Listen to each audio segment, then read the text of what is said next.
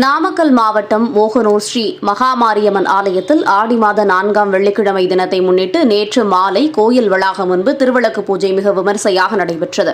அப்போது சிவாச்சாரியார்கள் திருவிளக்கு பூஜையை முறையாக விநாயகர் வழிபாட்டுடன் துவங்கி போற்றி மந்திரங்கள் கூறி ஒவ்வொரு நிகழ்வாக செய்தனர். அப்போது பக்தர்கள் சிவாச்சாரியர்கள் மந்திரங்கள் சொல்ல அதற்கு ஏற்றாற்போல் திருவிளக்கு பூஜையை மிக விமர்சையாக செய்தனர். அப்போது மூலவர் சந்தன காப்பில் திருக்காட்சி தந்தார். அப்போது மகாதீபம் காண்பிக்கப்பட்டது. இதில் ஏராளமான பக்தர்கள் கலந்து கொண்டு மாரியம்மனை வழிபாடு செய்தனர். பின்னர் அன்னதான நிகழ்வும் மிக விமர்சையாக நடைபெற்றது. இதில் ஆயிரக்கணக்கானோர் கலந்து கொண்டு வழிபட்டனர்.